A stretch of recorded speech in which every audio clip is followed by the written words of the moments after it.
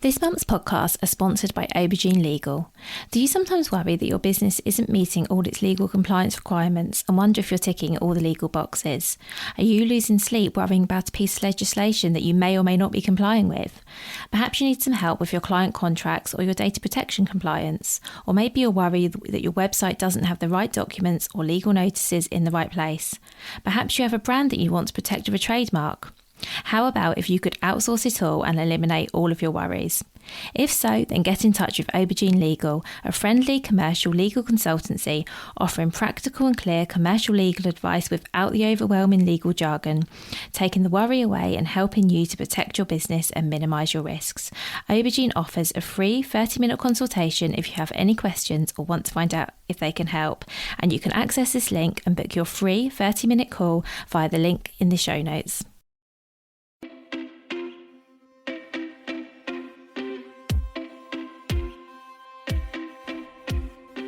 Welcome to the Bring Your Product Ideas to Life podcast. Practical advice and inspiration to help you create and sell your own physical products. Here's your host, Vicki Weinberg. Hi, happy January. This is actually the first podcast episode I'm recording in 2022. This might actually be the first time I've actually said 2022 out loud, so very exciting. So you might be selling your product on your own website, or perhaps you're still in the process of creating your product. If you are selling, you might be selling, as I say, on your website. You might be selling your product on Etsy or eBay or another marketplace altogether. And wherever you're selling, I hope you're doing really well. And if you're not yet selling your products, of course, I wish that for you too. So today I wanted to talk to you about 5 reasons that it might be worth considering selling your products on Amazon this year. Reason number 1 is lots of people shop there already. In fact, some people only seem to shop on Amazon. People trust Amazon enough to hand over their card details. They probably even stored their card details on there. I mean, I know that I have, because it makes it really quick and really easy to buy something. It's literally like one button and you've made that order.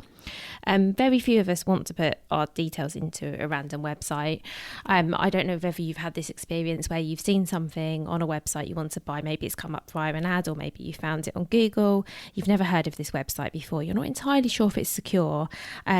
Raise your hand. I mean, I know I can't see you, but raise your hand if in that situation you've ever gone to Amazon and searched for that exact same product to see if you can get it there, because Amazon feels secure and you can trust it. Also, another advantage is most products will be delivered the next day, or possibly even sooner if you're a Prime customer. I know that for some products you can sometimes get same day delivery, which is a massive bonus. I am a huge fan of buying from small businesses, I have to say. However, I can't tell you, and I'm probably being quite embarrassed to tell you, how many times I've bought something on Amazon just because I've either left it too late or I've realised I need something urgently and I just know I can get it sooner. For a customer, this obviously offers a huge benefit. Coming back to my example earlier of seeing something on a website and then going to Amazon to see if you can get it there, not only might you feel more secure about handing over your card details on Amazon, or as I say, they're possibly already in there, you might also be able to get the product quicker by ordering on Amazon rather than ordering on that third-party website if the seller is offering Amazon Prime. And that leads me on nicely to reason number 2, which is FBA and Amazon Prime. So FBA stands for Fulfilled by Amazon, and this means that you as a seller would send some of your stock into an Amazon warehouse and Amazon would dispatch it to customers for you when they make an order. And there's lots of reasons I think this is good. So firstly being, Amazon can most likely pack and dispatch orders faster than you can, and that's even if you want to. We all heard some quite dubious things about Amazon warehouses and the conditions there and how people are working. But that's probably a different issue. But I guess my main point here is that if you use FBA, depending on the level of orders you get, of course, Amazon can possibly get those orders out to customers faster than you can, and it may even be slightly cheaper. Perhaps not. That's something sort of to look into when you deciding whether to set this up. And the other thing to think about is that returns are usually pretty easy for the customer as well. There's absolutely no quibbling if they want to send something back. I don't think I've ever attempted to return something on Amazon and have it not approved, Amazon usually make it really easy for you by sending you a code or a label, and returns are often free, not always but often, and these are all really attractive things for a customer. On a recent podcast episode, which I'm going to link to in the show notes, I spoke to Cara Sayer from Snooze Shade, and Cara spoke a lot about making the buying experience really easy for the customer. And yeah, I couldn't agree with this more. I mean, yes, it will cost you as a seller to use Amazon FBA. I think that it might be worth it if it helps customers have a good buying experience with you, albeit via Amazon. So if it makes them feel more secure paying from you, if they can get your product faster, if returns are easier, these are all really good reasons that someone might choose to buy from you on Amazon as opposed to on your own website.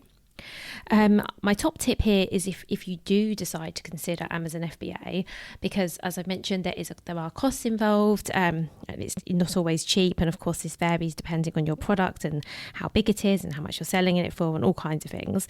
So my top tip is to offer both Amazon FBA and FBM, which is fulfilled by merchant, if you can. And there's a few reasons for this. One is that if you sell out of your FBA stock, so that's the stock in the Amazon warehouse, you have a backup. If you make your own shipping price on Amazon free, so it's comparable, so you set up your offer on Amazon twice, so once with Amazon fulfilling it, once with you fulfilling it, you have the exact same price. You set your own delivery as free. It means that if customers don't have Amazon Prime, they still have an option with free shipping to buy that product from you. They're not going to get put off, because I believe customers who don't have Prime, sometimes the shipping prices can be quite high. And as I say, it also means that if the FBA stock runs out and it's taken a long time to get replenished, which can happen, particularly at busy times of year, Amazon warehouses get really busy. It can take sometimes weeks, you wouldn't believe it, but it really can take weeks sometimes to actually open your boxes, get things on the shelf and ready to pay. Hopefully you're not missing out on sales, because if someone wants your product, they can still order it. They can still get it with free delivery, albeit it might take slightly longer depending on how you dispatch, but they can still buy it, and hopefully you'll still get that sale. And my final top tip when we're talking about Amazon FBA is to only send in small quantities. I know people who have sent in 500 units of something, and if they don't sell as quickly as you'd like, they're just sitting there and you're paying to have them there. This is probably a whole other topic, but my best advice is if you can avoid sending in loads of stock to Amazon, then do. And I say if you can avoid it, because I know that's not always possible. We don't all have access to somewhere where we can store stock, but if there's any way around it, whether it's putting it in a garage, a spare bedroom, a shed, anything at all, to avoid sending in lots and lots of boxes that might potentially sit there for a while and cost you money, I think that's a really good idea. So let's move on to reason number 3, and this is that it's not quite the same as trying to get people over to your website, because there are already customers there. Let me try and explain this in a better way. So if your product is what someone's looking for, I believe it can be a bit easier to convert them on Amazon than it can be on Google, for example, as they're actually there to shop. So when people are on Google looking for things, they might be looking to shop, but they also might be looking for information. You don't really know what their intent is. But when people are searching on Amazon, generally they're looking to buy something. I mean, yeah, there is some SEO involved in listing your products on Amazon, just like there is on Google. But once people are on Amazon, there are strategies and tools you can use to help get that traffic to your listing. So what I mean by this is that if you have a really good, well-researched listing that contains sort of the key things that people are searching for when they're looking for your product, much as you would if you were listing on your own site and you were using Google and you're using your own SEO, although a slight caveat is that sometimes the things people type into Amazon and what they type into Google are slightly different.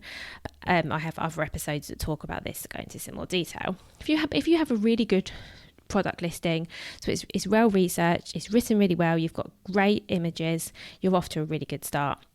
I would then also recommend paying for Amazon sponsored products ads for the first month or two, because that really helps you to get things going, to start build up sales, start build up reviews. You don't have to spend a lot of money, but it is worth doing something to get that initial traffic.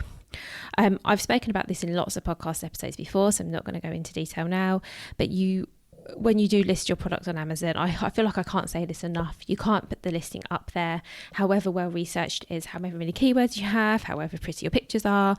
It's just, you can't expect it to necessarily sell without doing some things to drive a bit of traffic. And these are the top things that I would recommend you doing. I do actually have a free guide which talks all about the things you can do to get off to a fantastic start on Amazon, and I will link to that in the show notes. As I say, it's completely free. I think it's something like 37 things that you can try to get your listing set up really well and to get those initial sales. So again, I will link to that in the show notes. So the fourth reason to sell your products on Amazon this year is that you have the opportunity to sell globally, because there are marketplaces all over the world. In fact, there are 18 Amazon marketplaces, which gives so many opportunities for expansion if that's your end goal. I do suggest starting off selling either in your own country or at the very least in just one marketplace, because the logistics are often simpler. It means you can try things out, you can maybe set up a listing, you might want to tweak it. You can basically make sure that your listing's as good as it can be, that it's converting well, you can build up some reviews, and then when things are up and running, you can then look at expanding into other marketplaces. This is something that's fairly simple to do. I guess the harder thing, especially now, is the logistics around that. But as I say, the potential is there. You don't have to just sell in your own country. If you've got a product that you feel would sell really well in a different marketplace, then you can do that. You can manage that from all within the one account. And I just think that's a really nice option to have. It's a really good way of being able to reach other customers who may never find your website. You know, if you're a UK-based company, let's say, someone in Australia might never come across your website and buy your product, especially as the shipping fees might be super high. But let's imagine you've got your product in stock in a warehouse in Australia and the customer can buy from you. Then I think you've got a much better chance of making that sale. And the final reason number 5, is that it's hard. So not everyone tries and not everyone succeeds. And that might sound like such a weird thing for me to say. I'm well aware of that, but it is true. There are so many people selling lots of products that would be brilliant on Amazon, that they could potentially sell really, really well, but those products never make it there because it's hard and it's scary and it's complicated. And all of those things, I suppose all of those things are true to an extent. I guess it is quite scary, especially if it's something you're not familiar with, because the interface for selling on Amazon and buying on Amazon is really different and it's not always easy. However, once you get the hang of it, it's like anything. It's actually not so complicated. And also there's plenty of help and support and advice out there to get you started if that's what you're looking to do.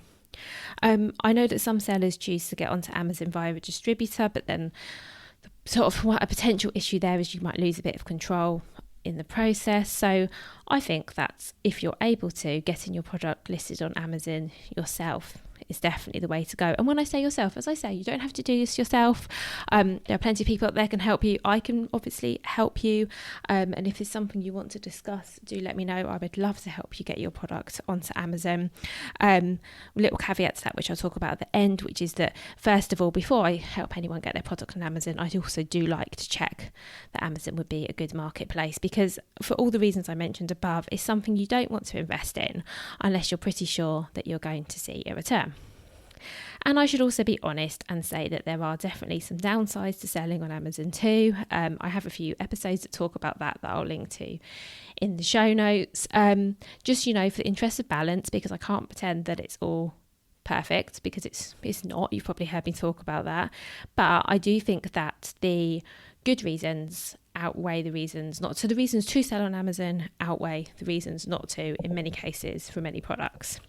And while I do hear and help a lot of sellers having issues on Amazon every single day, there is a solution to 99% of the problems, even if it takes a while for you to get there. You'll probably have heard me say before that Amazon's seller support isn't the greatest. I have a whole episode on navigating this, which I'll also link to in the show notes, because you might find that useful. But my perspective on this has always been everything is doable. It can be challenging, but I do believe that it's worth it. And let me run through again my 5 reasons that I think it might be worth you considering it this year. So reason number 1 is there are lots of customers on there already, possibly with their credit cards and address details already saved in there, so it makes it super easy for them to buy from you. Second reason is FBA and Amazon Prime, meaning that you can make a really pleasant buying experience for a customer that you may or may not be able to replicate elsewhere. Reason 3 is it's easier than on Google, in my opinion, for your product to be found and most importantly purchased, because customers on Amazon are there looking to buy something. Reason number 4 is that you have the opportunity to sell globally. I don't want to say to do this easily, because it's not easy and it's not necessarily straightforward, but I would argue that it's possibly easier to sell globally using a platform like Amazon than it may be to do it in another way. And the 5th reason, which is possibly the one you might think is the strangest, but I promise it makes sense, is that it's hard, so not everyone tries. And the benefit for you is that if you have a great product and you are the person who gets that product onto Amazon ahead of all your competitors who might be selling products similar to yours, you're the first one to try, or you're the first one to give it a really good go, then you have a lot more opportunity than those that come after you, because a lot of Amazon is about competition, and generally those who are there longer, they've built up sales, they've built up reviews, they're a little bit ahead of those that come after them. And I can talk about that from both sides as well, because I've also been the person sort of trying to catch up listing products where there's already been a bit of competition and it's a lot harder. So if you're prepared to go in there, commit to doing it really well and be among the first to get in for products like yours, and I think that you've got a really good chance. The caveat I mentioned earlier that I want to speak about here briefly is that Amazon isn't right for every product. So I'm not saying that if you're listening to this episode and you're selling products, or you're thinking about selling a product soon, you should definitely get onto Amazon. That's not what I'm saying. I'm saying that it's something for you to consider. But there are a few reasons that Amazon isn't right, either because it's just not the right marketplace. So handmade products, for example, tend not to do as well on Amazon as they do on Etsy. Or it might be that competition for a product like yours is really, really high and you need to spend a lot of money on advertising to even get started, which may not prove profitable, at least in the short term. And if you need help working this out, so if you've listened to this episode and you're thinking, oh, maybe my product should be on Amazon, but I'm not sure, or you're even sort of considering it and you want to think it through a little bit, I actually offer a strategy session where I thoroughly research your products, I research the competition and the potential on Amazon, and I produce a detailed report that I then talk you through during a Zoom call that we have together. So I talk about what's involved in setting up and launching your product on Amazon, including the time you need to launch, how much it might potentially cost you, and all the steps involved. And I also give you my honest opinion about whether you should be selling your product on Amazon. Not only that, you'll also get a bespoke market research report, including competitive analysis, so you can see exactly how well your competitors are doing on Amazon at the moment. I give you the Amazon Sellers Checklist, which sets out all the steps you need to get your product launched on Amazon, and the Amazon Launch Guide that I mentioned earlier, which will help you get off to a great start. If you're interested, you can book this in via a link in the show notes, or you can go to vickyweinberg.com for more details, or as always, you can contact me, vicky@vickyweinberg.com, if you have any questions. So I hope this has given you something to think about. As always, I love to hear from you. If you have any questions or comments on this episode, please do let me know. I do plan to record a few more of these solo episodes this year, because I love talking to you, and while I absolutely love having guests, and that's one of my favourite things on this podcast is when I get to interview someone and hear about their story, but I also do like to talk to you directly, and I also have feedback that you also want to hear from me, which is lovely, thank you. So I will aim to do a few more of these episodes this year, and if there are any topics you particularly want me to cover, of course, just let me know. Email again, vicky@vickyweinberg.com. You can find me on Instagram, you can find me on Facebook. Please do come and join my free Facebook community. And that is it for this week. Have a lovely week. I'll be back with another episode next week, and until then, take care. Thank you so much for listening all the way to the end of this episode. If you enjoyed it, please do leave me a review. That really helps other people to find this podcast.